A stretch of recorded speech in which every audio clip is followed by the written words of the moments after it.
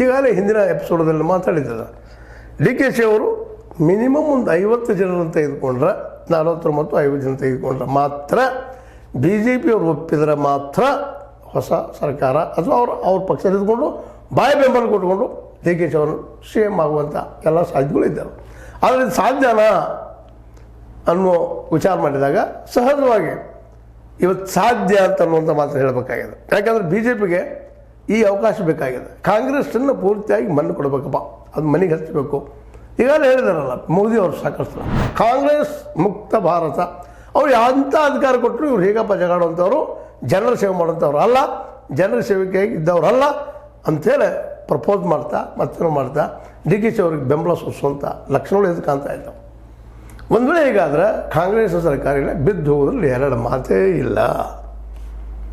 ಜೊತೆಗೆ D K she ಅವರ ministership ಆಗುವಂಥ ಸಾಧ್ಯತೆಗಳು ಹೆಚ್ಚಾಗಿದ್ದಾವೆ ಅನ್ನುವಂಥ ಮಾತುಗಳು ಕೇಳಿ ಬರ್ತಾ ಇದ್ದಾವೆ. ಆದರೆ ಎಷ್ಟು ಮಟ್ಟಿಗೆ ಇದು ಸಾಧ್ಯ ಅನ್ನೋದು ಮಾತ್ರ ಇನ್ನೂ ಗಂಭೀರವಾದ ಚರ್ಚೆ ಆಗುವಂಥ ವಿಷಯ. ಅದು ಆ ದಿಶೆಯಲ್ಲಿ ಒಂದು ಆಪ್ಷನ್ ಅದ ಅನ್ನೋದು ನಾವು ಮರಿಬಾರ್ದಾಗಿದೆ. ಹೀಗಾಗಿ ಒಂದು ಕಡೆ ಡಿ ಕೆ ಶಿ, ಇನ್ನೊಂದು ಕಡೆ ಸಿದ್ದರಾಮಯ್ಯನವರು ಪೂರ್ತಿಯಾಗಿ ಕಾಂಗ್ರೆಸ್ಸಿಗೆ ಇವತ್ತು ದೊಡ್ಡ ಗಂಟಲನ್ನ ಗಾಳಾಗಿದ್ದಾರೆ. ಯಾವ ಡಿಸಿಷನ್ ತೊಗೊಂಡ್ರು ಅದು ತೊಂದರೆ ಆಗೋದು ಗ್ಯಾರಂಟಿ ಅನ್ನುವಂಥ ವಾತಾವರಣ ನಿರ್ಮಾಣ ಆಗಿದೆ.